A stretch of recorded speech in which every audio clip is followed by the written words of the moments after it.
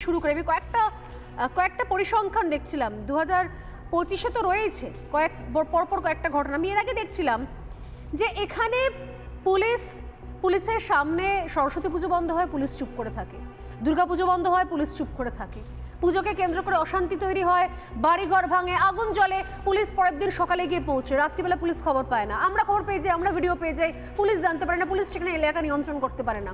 পুলিশের সামনে যোগেশ চন্দ্রে মেয়েদেরকে ধরে ধরে প্রিন্স আনোয়াশা রোড থেকে এসে একটা নির্দিষ্ট শ্রেণীর গুন্ডারা রং মাখায়, বুরানা মানো হোলি হ্যায় গান গাইতে গাইতে বালতি বালতি রং ঢালে, পুলিশ চুপ করে দাঁড়িয়ে থাকে নীরব দর্শকের মতো কলেজ ক্যাম্পাসের বাইরে।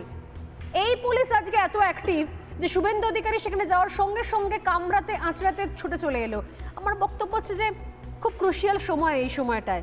মমতা বন্দ্যোপাধ্যায় রাজ্যে নেই, কোর কমিটি রাজ্য চালাচ্ছেন, পুলিশ কি ইনিংস শুরু করলো কেমন আচর দিয়ে? যদি এরকম ইনিংস শুরু করে তাহলে এরপর রামনবমীর জন্য আর কি পরিকল্পনা রয়েছে পুলিশের? একটা প্রশ্ন তো জাগে নাকি, কি বলবেন? দেখুন, প্রথম কথা হচ্ছে যে আপনি যখন বলছিলেন আমি ভাবলাম বাংলাদেশের পুলিশের কথা বলছেন নাকি, কারণ বাংলাদেশের পুলিশেরও ভূমিকা প্রায় একই রকম। হ্যাঁ, সেখানে আজকে হিন্দুদের জ্বললে কালকে 3 দিন বাদে পৌঁছায়। রামনবমী হিন্দুদের ব্যাপার, সমস্ত কিছু হিন্দু পরবে, হিন্দু উৎসবে, যে কোনো হিন্দু অনুষ্ঠানে এরা বিরোধিতা করে, সেগুলো আছে। কিন্তু এই যে আপনি বলছেন না যে একটা ইনিংস শুরু করলো কামড়ানো আঁচড়ানোর, একদম সর্বৈব ভুল বলছেন। আপনি মনে করে দেখুন, এর আগেও একজন মহিলা চাকরি প্রার্থী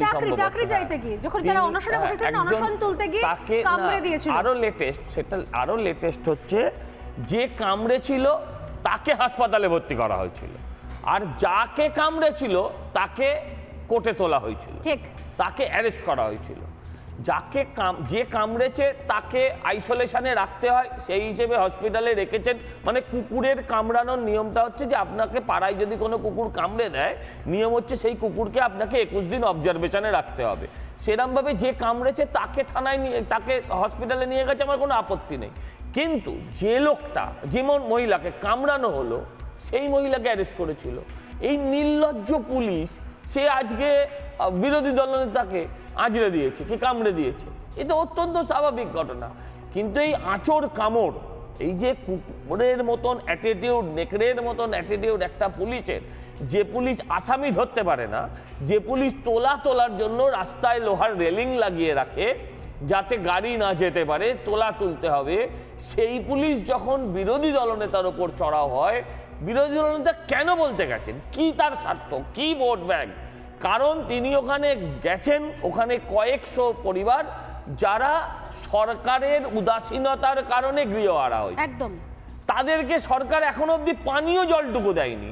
সরকার এত নির্লজ্জ, ওই সব অঞ্চলেও দেখা যাবে হয়তো তৃণমূল জিতেছে বিভিন্ন নির্বাচনে, তো 100 পরিবারে যদি 3-5 জন করেও লোক থাকে, 500টা লোকই বিজেপিকে ভোট দিয়েছে, এটা তো সম্ভব নয়। এখানে বহু ভোটার আছে যারা তৃণমূলকেই ভোট দিয়েছে, আজকে তৃণমূল তাদের অব্রাত্য করে দিয়েছে।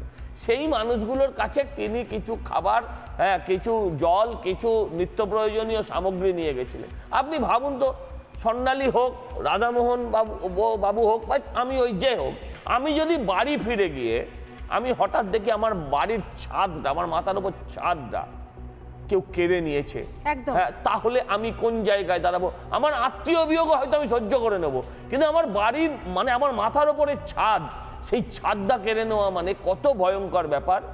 অথচ একটা সরকার সম্পূর্ণ নির্লিপ্ত।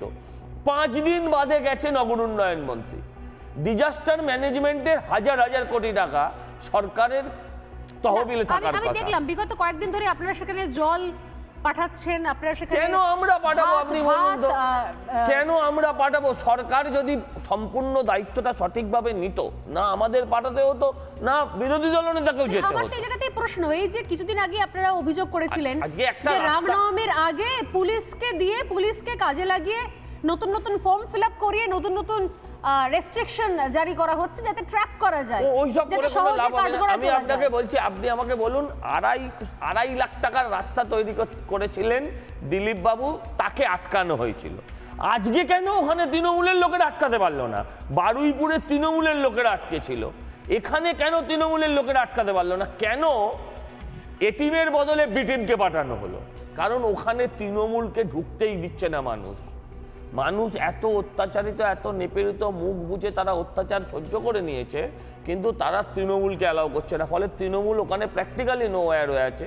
সেখানে পুলিশকে দিয়ে এই কাজটা, মানে গোলাম মোর্তাজাদের মতন পুলিশকে দিয়ে এই কাজটা করানো হলো। এই নামগুলো কিন্তু মনে থাকবে। যদি বয়স 58-59 হয় ঠিক আছে, করে যান। আর যদি বয়স 40-এর মধ্যে হয় তাহলে এখনো বলছি সময় আছে, শুধরে যান। আমি আসছি, রাধামোহনের কাছে আসবো, বলরামবাবুর কাছেও আসবো।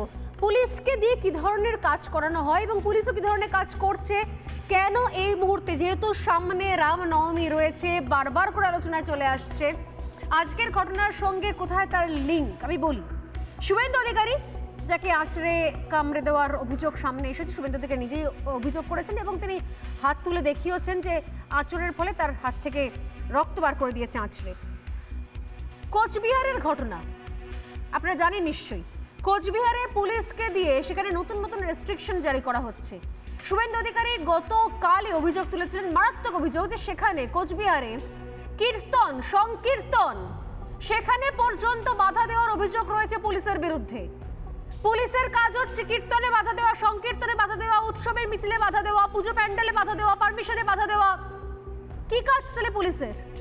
এইগুলো পুলিশের কাজ নাকি এভাবে আঁচড়ে দেওয়া, কামড়ে দেওয়া, আরো না জানি আরো কিছু গৌণ কাজ রয়েছে হয়তো মঞ্চের ওপর ওঠা, যেরকম দেখালাম আমি।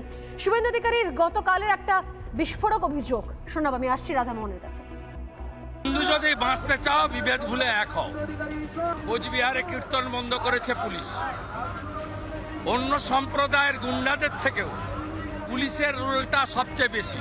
তৃণমূলের গুন্ডারা এগুলো করছে। কোনো সম্প্রদায়ের বিরুদ্ধে আমাদের অভিযোগ নয়, তৃণমূলের গুন্ডাদের বিরুদ্ধে, এবং পুলিশ এগুলো করাচ্ছে। আপনি দেখবেন কোচবিহারে কীর্তন বন্ধ করছে গিয়ে পুলিশ, অন্য মাইকের আওয়াজ শুনতে পায় না। পুলিশ লিখিয়ে নিচ্ছে শ্যামপুরে 2000-2500-এর বেশি রামনবমীতে রাম ভক্ত রাস্তায় থাকবে না। কেন? ধর্মীয় শোভাযাত্রায় যারাই ভগবান রামকে আরাধ্য দেব বলে মনে করেন, যারাই সনাতন, তারা সবাই নামবেন। সংখ্যা সেখানে বাঁধা হবে কেন? কালকে রামনবমীর প্রচার করছিল কলকাতায় 7 পয়েন্টে, সেখানে কিভাবে পুলিশের বড় অফিসাররা গিয়ে বাধা দিচ্ছে। নানা ধরনের কন্টেন্ট দেখার জন্য লাইক করুন, শেয়ার করুন আমাদের ফেসবুক পেজ, সাবস্ক্রাইব করুন আমাদের ইউটিউব চ্যানেল। পাশাপাশি অন্যান্য ব্রেকিং নিউজের জন্য অবশ্যই চোখ রাখুন রিপাবলিক বাংলায়।